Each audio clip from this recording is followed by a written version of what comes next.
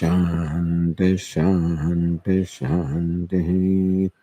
श्रुतिस्मृतिपुराणानाम् आलयं करुणालयं नमामि भगवत्पादं शङ्करं लोकशङ्करं शङ्करं शङ्कराचार्यं केशवं बादरायणं सूत्रभाष्यकृतौ वन्दे भगवन्तौ पुनः पुनः। ईश्वरो गुरुरात्मेति मूर्तिभेदविभागिने व्याप्तदेहाय दक्षिणामूर्तये नमः। चैतन्यं सर्वगं सर्वं सर्वभूतगुहाशयम् यत्सर्वविषयातीतं तस्मै सर्वविदे नमः।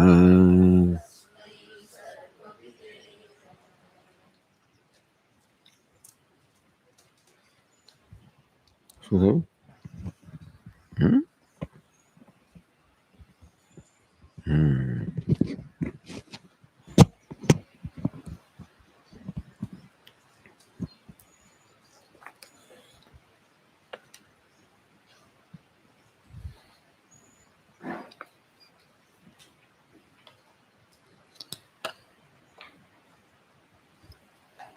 verse 13.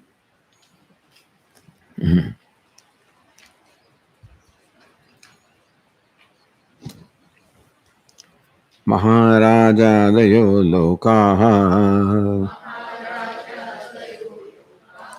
मयि यद्वत्प्रकल्पिताः स्वप्ने तद्वद्वयं विद्यात् रूपं वासनया सह।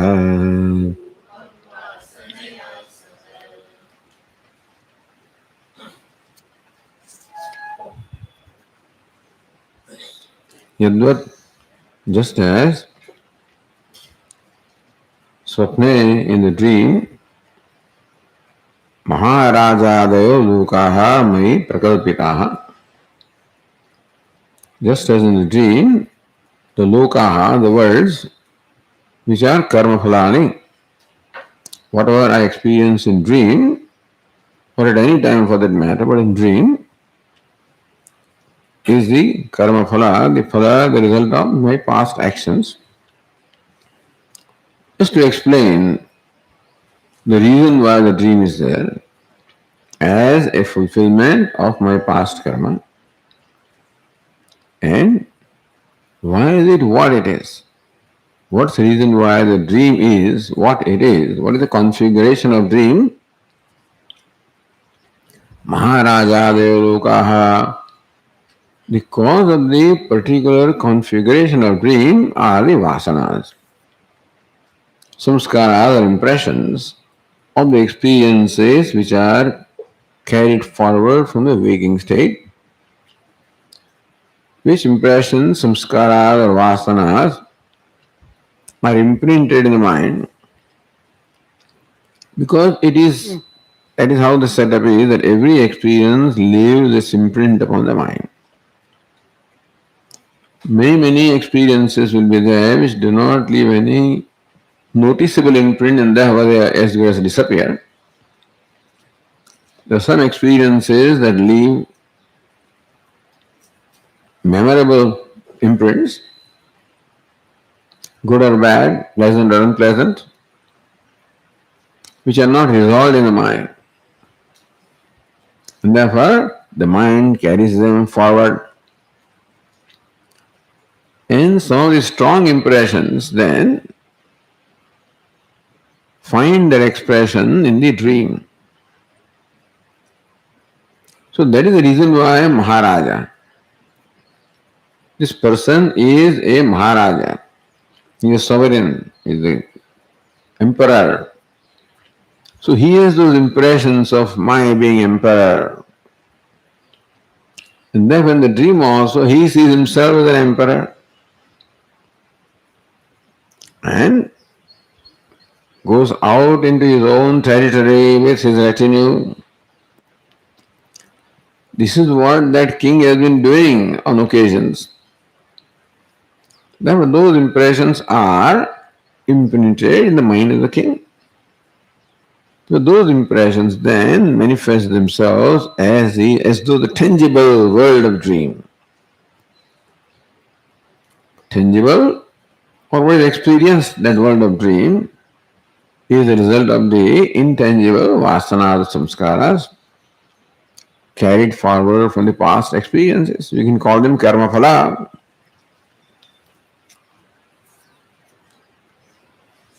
So this experience of a Maharaja, a dream of a Maharaja,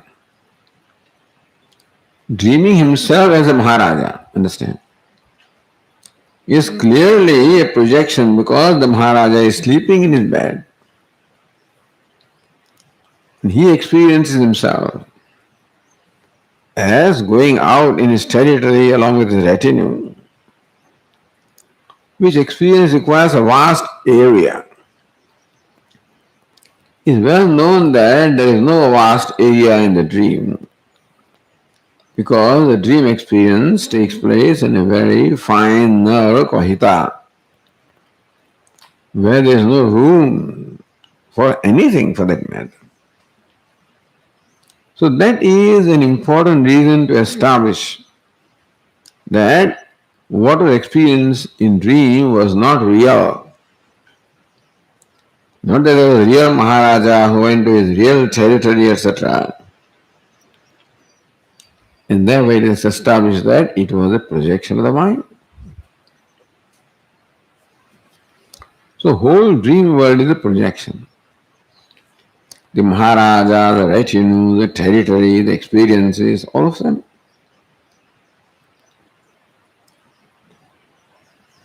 So then Maharaja is, the whole thing is projected.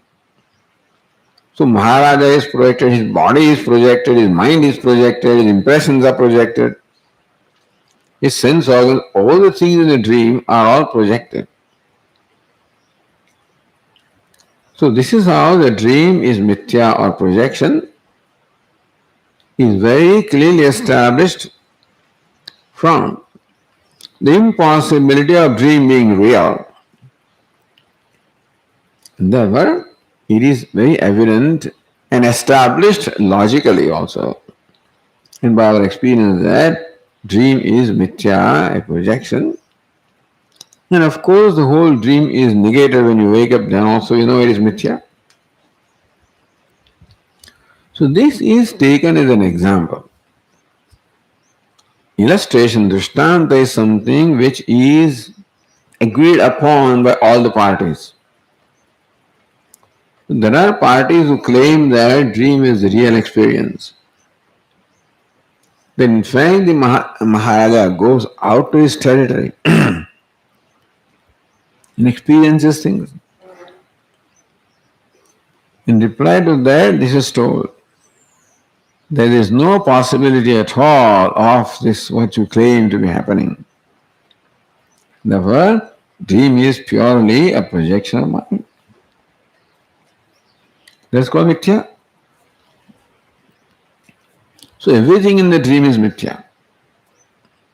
In the dream there is a gross world, his gross body is there, gross objects are there, he experiences. So whatever the dreamer experiences through his organs of perception is called sthulam, which the dreamer experiences. All the sthulam is known to be product of the sukshma or the vasana.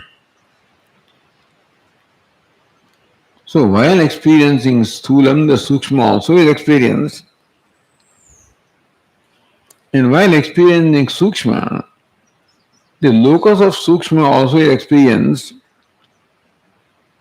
because without experiencing the locus, you cannot experience what is located.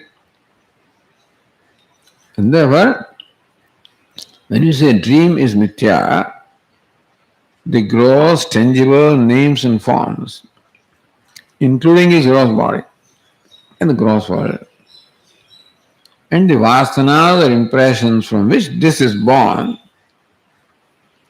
And since vasanas always require a locus, so mind or subtle body, all of these are established to be a projection or mithya. So first we should get this example very clearly. That dream is mithya on account of the reason that it is not possible that such an experience could be unless it has been projected by the mind. Then, just as yatra yatra dhumaha tatra tatra vannihi, wherever the smoke is, there the fire is. Yatha mahanasya, because that is what we find in our kitchen stove and elsewhere. So from the experience of the kitchen stove and other places, it is established that wherever smoke is, there must be fire. Smoke cannot be without fire, whether we see the fire or not. In case of kitchen and many other places, we see the coexistence of smoke and fire. Therefore, it is established that the smoke cannot be without fire. So elsewhere, if we see the smoke only and not fire, then smoke becomes the chinha, the linga, the evidence of establishing the existence of fire. Similarly, when the dream is mithya, whenever we find the characteristics like dream, then that is mithya. So waking also, when we analyze, there also a similar experience of setup is there that I go out, I experience things, there is an experiencer, object of experience, I have a body, I have sense organs, I have mind, all of this is in waking state. All of this was in dream state also. And the dream state is established to be mithya.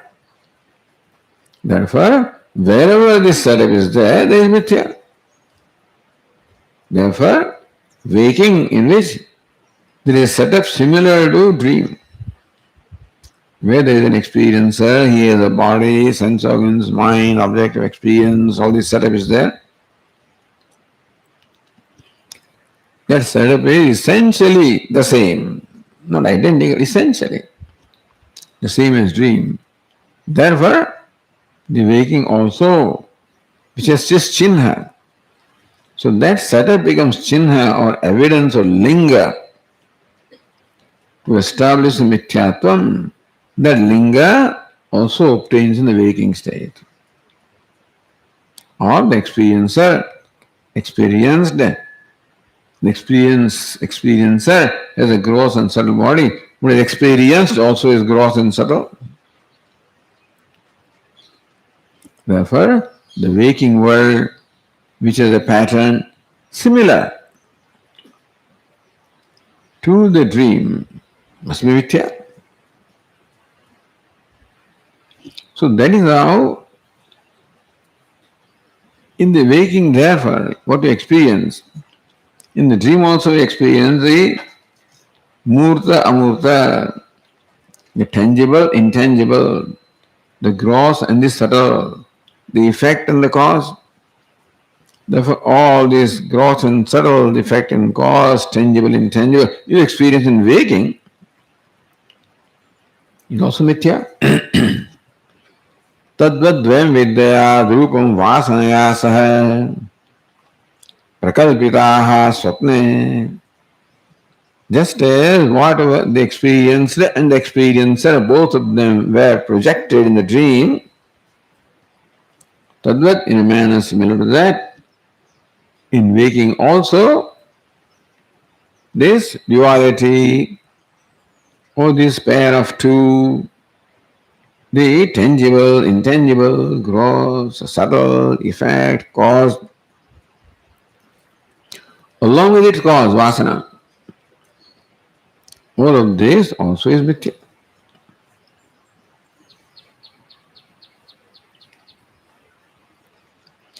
So last line is tatha cha vasanashraya linga sharira sahitasya murta murta rupa sthulasyapi.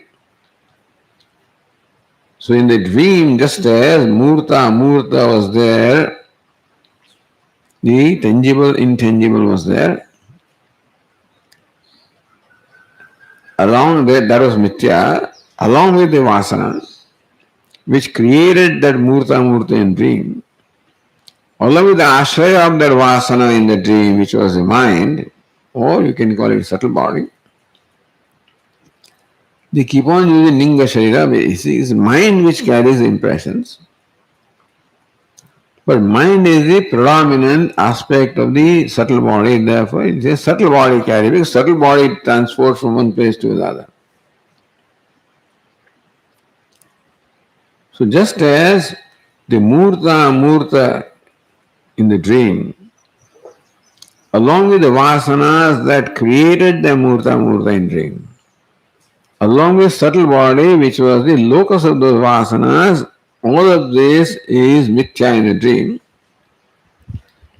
Similarly also, the murta in the waking, along with vasana that created that, along with subtle body that is the locus of vasana, all of these are kalpitam, drugatmani kalpitam. All drishya in the dream was kalpita, projected upon the drashta. So also, all the drishya in the waking is projected upon the drashta. The drashta, drishya, the entire setup is mithya. तदृश्यत्वात् उपन्नम एव इति तात्पर्यार्थः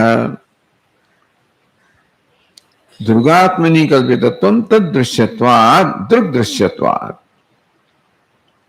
All the drishya is projected upon drashta because they are all projected by drashta. All drishya, they are all objectified by the drashta. So in the dream it is established that whatever is objectified is projected. So in the waking also, drishyam, whatever is objectified, the murta, the vasana ashaya, is also all kalpitatvam upapadnyam. Therefore, that all of this is kalpitam, the murta, the vasana ashaya, in the waking also, is all kalpitam projected upon the drashta, just as it was in the dream.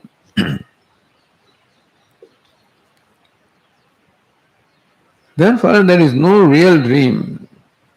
Some people argue that dream experience takes place. So therefore, this verse shows, based on the passage of Upanishad, that there is no way to establish the reality of the dream. And therefore, dream is mithya, waking is mithya, drishya is mithya, duality is mithya, kartrutva bhoktrutva is mithya.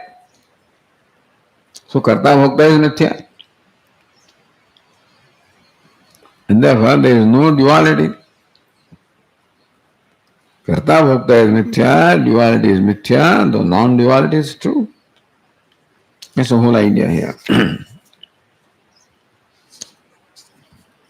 Now continuing, स्वप्न प्रपंचवत जागृत प्रपंचस्यापि प्रत्यगात्मनि कल्पितत्वे सिद्धे. The previous verse, Siddhe established that swapna prapanchavat, like the prapancha or the world of dream, jagrat prapanchasyapi pratyagaatmani kalpitatve siddhe. Just as the dream prapancha or the dream world is proven to be projected in the dreamer, so also the waking world is projected upon the waker. This was established in the previous verse. It is Siddhe. So now taking this knowledge with us, Pratyak Tattvabhignasya Karma Sambhava Siddhaityaha. Pratyak Tattva Abhignasya. So one who has the knowledge of one's own self, that everything, the whole duality comprising of the drashta, drishya, karta, karma, kriya, all of this is projected, not real. Therefore, whatever consequences are there,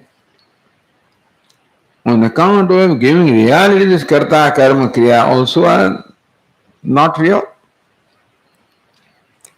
So there are the Mimamsakas who give reality to the setup of karta, karma, kriya, karma phala, etc. It's all right as long as you do not know the truth, and therefore for you the karta, karma are real, so long all those is okay. But for the one who has recognized that all this is just a show, it is the projection of mind based on the gunas, he doesn't need to follow these rules now. As long as a person does not know that this is drama, so long he has to follow the rules. Yes, it's all play, drama. Then it's your choice whether you follow, but then you're no more compelled. The compulsion is gone. Vedanta's interest is not in establishing that wise person does not perform karma. Because performing karma is not bondage. The compulsion to perform karma is bondage. The compulsion can come either because you have needs or the desire to fulfill, so they compel you to do things. Or compulsion can come because you feel that you are obliged to do something. That you are being obliged by the setup and therefore you have to return that favor. That sense of gratitude will also bring away pressure within you. That's called kartavya. But when you recognize all of this as a projection, therefore that compulsion is no more there. The wise person may choose to continue to play his role with freedom. Just as an actor who knows the identity follows all the rules of the play without being compelled. Then it becomes, for that person, a krida. He can choose not to play also. As long as the play is real, he has to play because there is a gain by playing. If the play is mithya, then there is no gain by playing, no loss by not playing. यस्त्वात्मदेव स्यात् आत्मतृप्तस्य मानवः आत्मन्यवे सन्तुष्टः तस्य कार्यं न विद्यते नैव तस्य कृतेनार्थः न कृते नेह कश्चन नैव तस्य कृतेन अर्थः प्रयोजनम. There is no prayojanam, no purpose to accomplish performing karma, nor anything to lose by not performing karma. Tasya karyam na vidyate. There is nothing that has to be done by him. There is no compulsion to do anything. Karya, when he is compelled to do things. Kartavyam. So understand this to be the freedom from compulsion. That's all.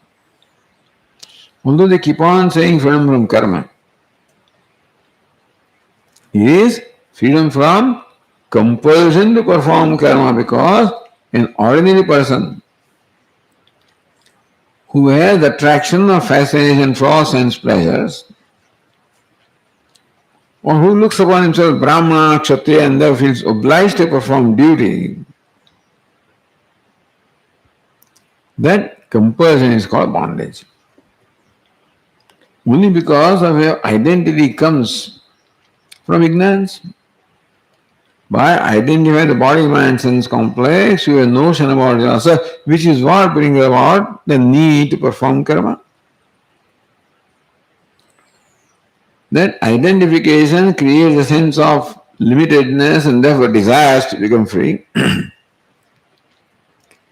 And also you find that you are part of the whole setup, you are obliged, so therefore there is an obligation to return the favor.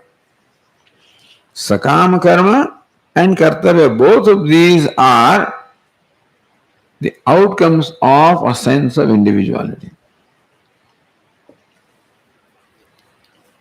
When there is not there, so two kinds of compulsions are there. One is compulsion created by desire. Other is compulsion created by the sense of duty or obligation. That is called freedom, where one is free from all these obligations or all these compulsions because his sense of identity is changed.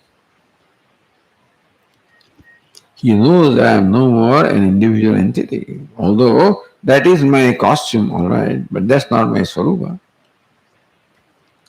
Therefore, प्रत्येक तत्वाभिज्ञस्य कर्म असंभवः ये सिद्धः. Therefore, karma asambhava. There is no compulsion to perform karma for a wise person who knows the truth of his own self. There is no compulsion to do karma is established or proven, siddha. Therefore, they think he will not perform karma. He can do anything depending on his prarabdha. When the wise person does something, does not do something, what does he or she does is all by prarabdha. He doesn't decide. He doesn't have the burden of even making choices. He is free from the free will. He is free from the need to exercise free will because the free will is an expression of bondage, which you require to become free from bondage. But the free will means the compulsion to make a choice. He is free from that compulsion also. That I have to do this, I cannot do this. So this is what is meant by karma asambhava. By karma we need not understand the karma or action in the form, but the binding aspect of karma. What is the binding aspect? The compulsion is the binding aspect of karma. As far as the form of karma is concerned in terms of various chestas or activities or limbs, there is not a bondage anyway. But I have to do that. That compulsion is the bondage. So really we should understand that the wise person, when it is said that it becomes free from karma, we should understand it becomes free from the binding aspect of karma. His karmas are no more binding. Gata sangasya muktasya jnana vastil chetasah yajnaya acharatah karma samagram praviliyate. Lord Krishna doesn't describe a person like that as free from action. Actionless is one thing and inactive is different thing. So Lord Krishna says, Yajnaya acharata. He performs karma. He may as well perform karma. In the spirit of yajna, spirit of self-offering. Samagram praviliyate. The karma disappears along with karma phala for him. Meaning that what he does has no consequence as far as he is concerned. I am sure no evil anybody else. It's a blessing. What it does is a blessing. Sometimes this does not become clear when we are reading these arguments because this is argument against Mimamsaka. And Vedanta wants to assert that there is no karma, no kartavya, no karma at all. That may create an impression that a wise person is inactive, which he may very well be. But total inactivity is not possible. Minimum action or at least bhikshacharanam or sustaining me, taking care of the body. Even don't go out for begging bhiksha. If it comes to at least you have to eat that bhiksha. You must clean your body, maintain it. There are Mahatmas who don't even do that. There are extreme avdutas who don't care to take care of the body also. But then that is not the primary characteristic of wisdom. That's all we have to say. That may be the prarabdha of that person, which makes him act that way. Which is all right.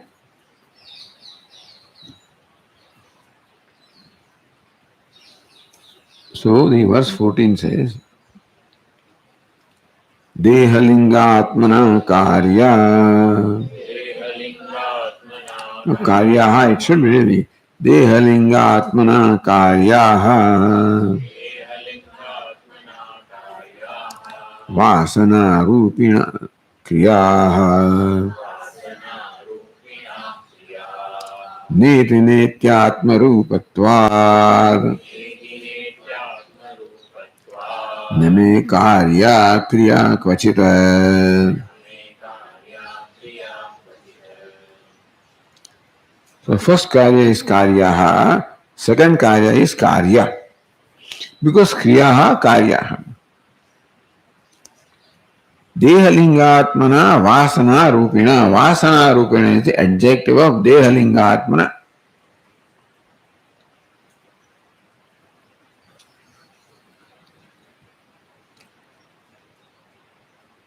Kriyaha karyaha. First statement. Kriyaha karyaha, the kriya, the action, the duties have to be performed. By whom? Dehalingatmana vasana rupina. Karmani prabhu. So who is this Dehalingatmana Vasana Rupina? By the one who is Dehalingatma, by the one who is Vasana Rupi. See the third case.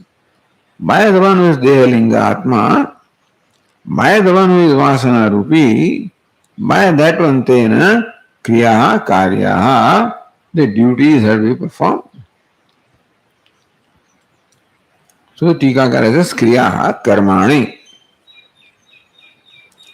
Dehalinga Atmana. Now that is the description of the Atma, of the individual.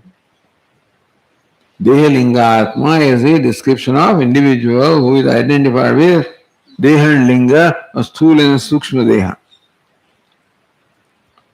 Because that Atma means Swarupa, the notion. Sthula, Sukshma, Deha Rupena, Tad Abhimanena, Tad Atmatam Apannena. So one who has attained the state of being Dehatma, Deha, and Sthula Deha and Sukshma Deha because of identification. Who has become Sthula Deha, Sukshma Deha? By identifying Sthuloham, Krushoham, and Sukhiyaham, Dukhiyaham, etc. So when I say Sthuloham, Krushoham, I assume the state of the gross body.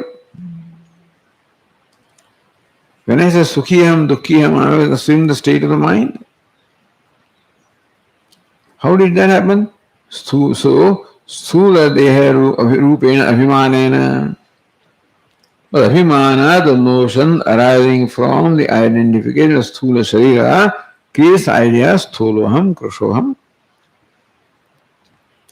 Sukshma Deha Rupena, similarly, because the identification Sukshma Deha or the mind, sense organs, etc., idea is Sukhiyam, Dukhiyam.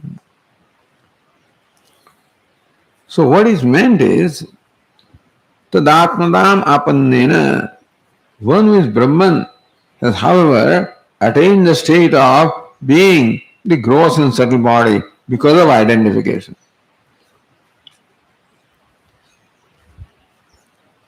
And so who entertains these notions, I am so and so, based on the identification of the gross and subtle bodies.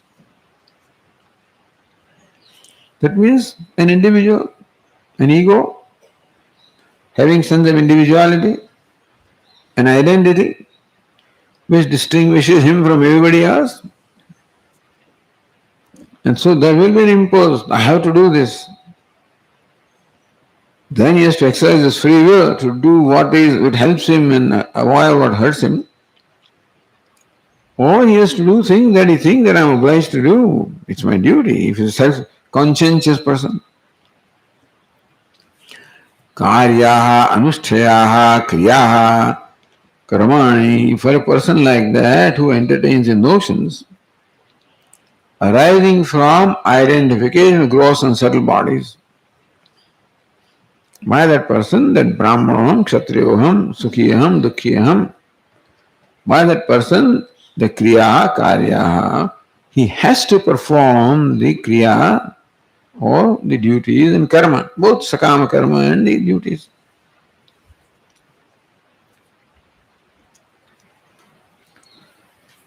So by him, then by who? Then who doesn't have to do that?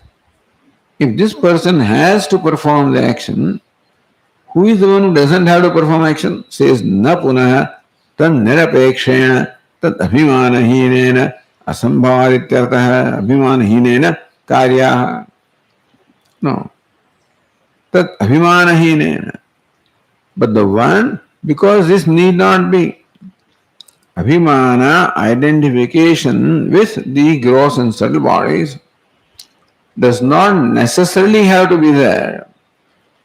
Because it's a product of ignorance for the wise person, he has no identification with gross and subtle. He doesn't judge himself by gross and subtle body. Therefore, there is no compulsion of any kind, neither desire nor any duty. Therefore, tad abhimanena tad nirapekshena. So one who is free from abhimana, the identification arising, the identity arising from the identification with the gross and subtle body, who becomes nirapeksha, becomes free from apeksha, from karma. Because karma now has nothing to do with him. Esha nityo mahima brahmanasya navardate karmano kaniyan. Brahmajnani's glory it is not subject to growth or decay by karma. He becomes nirapeksha, he has become totally independent of karma, objective or dispassionate with reference to karma. Perform karma, no gain. Don't perform karma, no loss. He has become free from the idea of gain and loss with reference to karma. He doesn't. One who thinks that there is something to gain by performing karma, to lose by not performing karma, he has to perform them. But he is tan nirapekshena, tat abhimanahinena, na karyaha kriyaha. He doesn't have to do kriyas. So, by describing who has to do the kriyas, the teacher also has described who doesn't have to do the kriyas. Why is it asambhavad? When you're free from the notions about yourself, then it's impossible because you require a notion, brahmanam, kshatriyam, pitaham, mata, some notion is required about oneself to do something. An action is always performed by an individual having an identity. There's no identity, action which is the result of that identity doesn't take place. Asambhavat, without abhimanam, without the identity, karma is impossible. Anybody who performs any karma, any activity always has a notion as to who I am. In every situation, before I respond to a situation, a notion arises in me. Who am I? I'm father. When my child is there, I'm mother. I'm son. I'm daughter. I'm boss. I'm assistant. Citizen. Some notion first arises, then only you respond with karma. No notion arises, nothing happens. You try to motivate a person, motivate, and you get this, and nothing happens sometimes, No motivation. Then no response. If you want somebody to do something, want a response from that individual, create a motivation that you will stand to gain something by doing this or stand to lose by not doing it. That will be there for every individual. When I have an identity, I am a king, or even I am prime minister, I am sovereign, then also. Sovereign also, something can be added into that sovereign by doing something, and can be lost by not doing something, your territory can be taken away. So with the identity, the ideas of gain and loss automatically come in there. What is the karma you have to do? If you don't do, then also you regret whatever, something happens in the mind. Thus always it is an individual having an identity who performs karma. Understand this. There is called wisdom that a person becomes free from identity. Therefore no compulsion. Therefore he can maintain the tranquility of his mind by remaining free from any reaction. A tranquil mind need not be a non-thinking mind. It's a non-reacting mind. You can be active and still be at peace if there is no reaction in the mind. It is reaction that disturbs the peace of mind, not activity of the mind. So Bhagavad Gita emphasizes samatvam yoga uchyate. Nityancha samachittatvam ishtan ishtovapattishu. Samachittatvam is what is taught. Samatvam yoga uchyate. That's what Lord Krishna wants to say. He doesn't want thoughtlessness, because then who won't do anything? He doesn't like that. Lord Krishna doesn't like a person who does not participate. But he likes a person who participates, whose everything participation is a blessing. Idea. That's what he would like. He being what he was. And so this is Bhagavad Gita's teaching that is not opposed to not doing anything, by the way. Lord is not opposed to a person who abides in his, but he doesn't describe that kind of person generally. He describes a person who is basically active, doing something, contributing. Anyway, so the idea is that action itself is not a problem.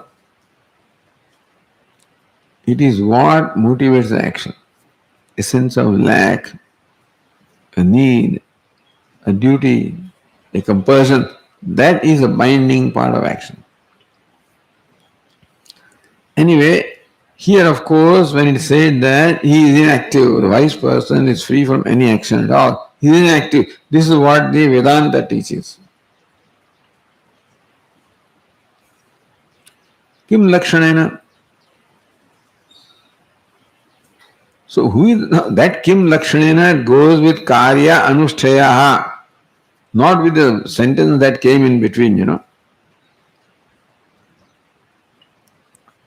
So Kim lakshanena kriyaha karyaha. Who is the person, with what characteristics the lakshanas characteristic that person has, which make it obligatory or mandatory for him to perform actions, either compulsion from outside or compulsion from inside. Scriptures will compel you or your mind will compel you. Vasana rupina. So dehalinga atmana is third case. Vasana rupina is the adjective of that. Vasana rupina dehalinga atma. Who dehalinga atma? One, deha means sthula deha, linga sukshma deha. Sthula sukshma dehatma, meaning one who is identified with sthula and sukshma deha is called sthula sukshma dehatma or dehalingatma. What is his further characteristic? Why does he perform actions? Just because of identity, identification with the gross and subtle bodies, what happens to you which makes you, which compels you to perform action? Or which drives you to perform action or makes you perform action? Because you become vasana rupi. How do you become Vasana Rupi? Vasana Rupayatum Sanchetum Shilamastyasti Vasana Rupi. In Pratyaya, Tachilya. In Vasana Rupi means Vasana Rupayatum Sanchetum Sanchetum Shiram, one whose nature it is to accumulate Sanchetam, accumulate Vasanas. This fellow, with certain individuality, arising from identification with gross and subtle bodies, will accumulate Vasanas. Because the sense of limitedness, therefore the desires, therefore avidya, kama, karma,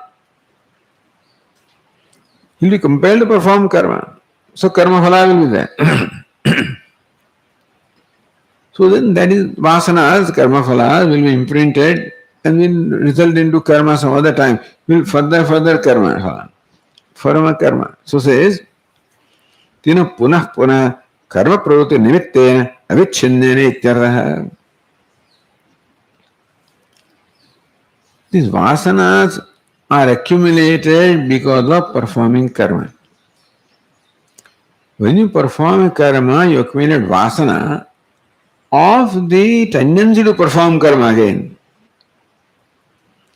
And that karma produces an outcome which again creates vasana in terms of ragadvesha. So two kinds of vasanas are there. Ragadveshas as a result of response to karma phala. And you perform karma, therefore that habit or tendency of repeating the karma also happens. So therefore, all these are the karma pravruti nimittena avicchinnena. The vasanas are karma pravruti nimitta. The nimitta, the cause or pravruti, the action of karma. Setting into action the karma. Setting into motion. Karma is set into motion by the vasanas. It is the nature of vasanas to set into motion the karma. They will create compulsion inside. So, nahi kaschit kshanabhi jato tishthatya karma krit karyate hyavashah karma. The vasanas inside make this person helpless. They make him perform karma. So, this is the ignorant person who is dehalingatma and vasana rupi. Merely dehalingatma may not be a problem. But vasana rupitva is a problem. You may function through deha and linga, sudeha, linga deha. You may have working identification also to perform your vyavahara. But as long as working identification is there, the real identification, you not become the sthula sukshma deha. So long vasanas will not be there. Meaning all vasanas are exhausted, we will believe. Which were the obstacle to abiding in knowledge, they have been all gone. That's all dehata buddhi. That vasana is to be eliminated in course of time. Therefore, even when we follow the values and right attitude, we are driving away those vasanas, by the way. It is this dehata buddhi which alone make us violate the values. So deha is its own agenda.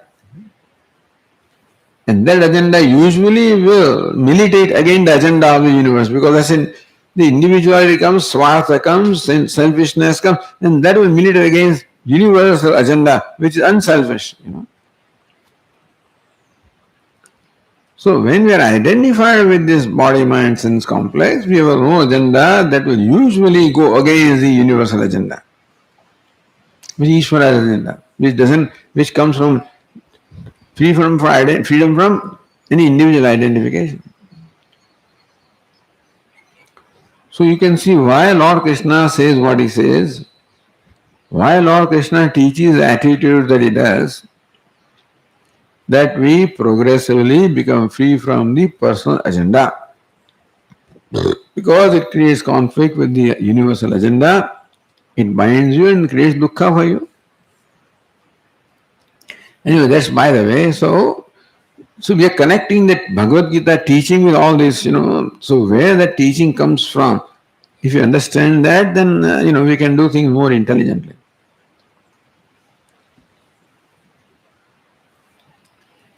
So the first line is a description of an ignorant person who is Dehalingatma and Vasana Rupi. Then second line is description of wise person. So first ignorance is described. To explain the nature of wisdom, first ignorant person is described, in contrast to which the wise person is being described. Then we know what the nature of wisdom is. Neti netyatma rupatvat name karya kriya kvachita. Now his mindset changes completely. Basically, wisdom means transforming the mindset, you can say. So, wise person mindset is completely transformed. And the transformation process was initiated by the attitudes of karma yoga and values, etc. That's all of that is nothing but transforming the mindset. And when with this we have essentially transformed the mind, then knowledge takes place. At the final stroke, like the sculptor. So fine tuning. When most work is done by the yoga of attitudes and values. Of course, accompanied with is knowledge because that makes it very clear. When I know what is the origin of these values and attitudes, then I know that I am not obliging anybody, it is for my own good, etc., etc. More clear it becomes. Less difficult they become. Because what is inside me so far becomes a burden or an obstacle to my being, my adopting the values and attitudes, what is inside me right now, which is because of the ignorance. So knowledge is to apply it this way, that's to how this value or attitude is the right thing to do. It is for my benefit. By being good person, I am not obliging anybody. By serving someone also, I am not obliging them. I am obliging myself. More clear it becomes. More sense of compulsion, more sense of hurt, more sense of rejection, all that goes slowly. It otherwise remains. Because of lack of understanding. We do not connect our values related with this understanding, with this basic knowledge. That is why. They remain floating, Puja Swami's words, they float, in the stream of mind. Like sometimes a jet plane, because of accident, parts are floating in the ocean. So these things float in the mind. They are not connected. The values, attitudes, etc. are not connected. So then their place is not seen. I try to follow them because I am told to do, then I believe that they must be right, etc., etc. But it has not become my conviction because I don't see their place in terms of creating fulfillment in my life.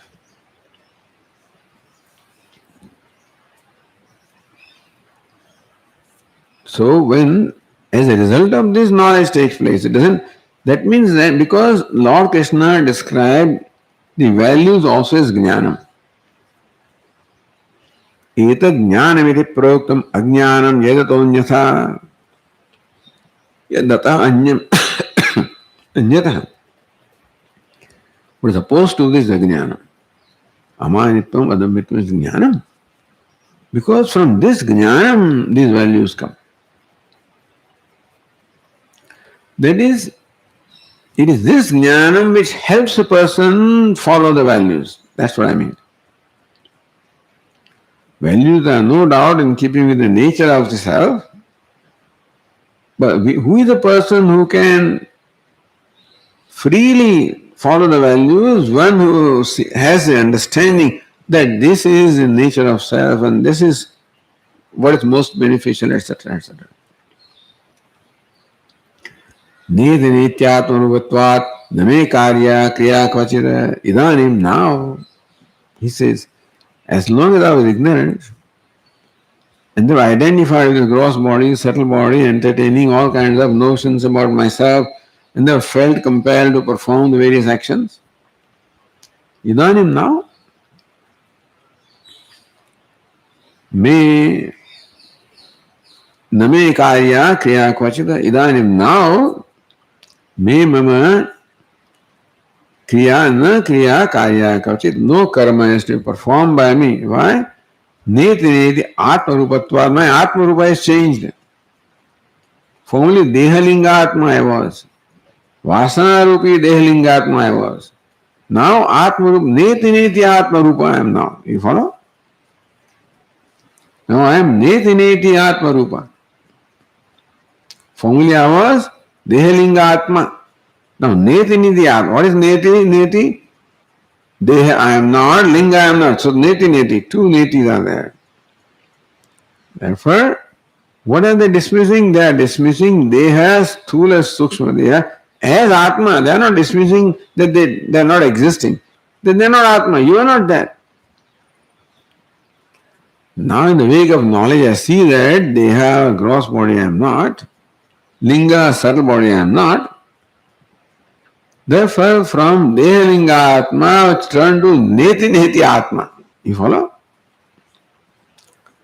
Neti, very beautifully expressed here. Netyatmarupatvad. Idamino neti neti ityadina ukta atma surupatvad. What neti neti says? Neti neti ukta atma rupatvad. So that samasa is explained as neti atma rupatvad. Netina ukta atma rupatvad. Atmarupatvat, now I am of the nature of Atma. Ukta is stated by Neti. Formerly I was Dehalinga Atma. Now Neti Neti Ukta Atma. So what Neti Neti say that you are not Deha, you are not Linga. You are not Sthula Deha, not Linga Deha. So from me now that has gone away. So now Atmarupa remains. As what? Ham Brahmasmi. Because that I am. Upon that, these things were superimposed. When that goes away, then of course what I am always remains. Neti neti ityadina ukta atma surupatvat.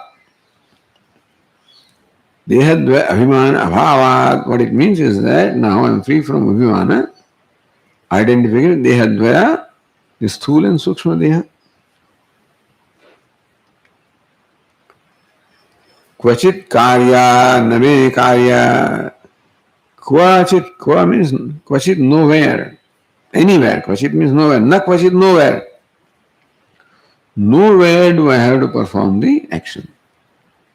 So here it includes swapneva, jagareva. When I am conscious in the waking state, I don't have to perform any action. But that consciousness gets extended to Swapna also. In Swapna also I find myself free from the compulsion of performing action. So that Vasana also will be eliminated. Karya kartavya swabhavataha viditaha va. He said two things are there. Swabhavataha, my own mind prompts me to perform action because of its desires. Vidita, because all the scriptures compel me to perform action by vidhi, by commanding me, by do's and don'ts. They said there are two sources of action. One is my own mind, which compels me because of its needs, desires, etc. Or there are scriptures which compel me by reminding of my place in the scheme of things and participating in the scheme of things, which I also may do. A conscientious person will do it himself. Hey, this is what I'm supported, I'm receiving this, so I must respond. So though that also doesn't remain. That is there as long as there is an identity. Identity is not that I'm not part of any setup also. That's called the sannyasi. But then those days sannyasis walked out, they didn't remain in the setup. You follow? That means when they say Bhikshacharyam Charanti, he does not remain part of the setup, does not remain the recipient of any obligation or the support by the setup.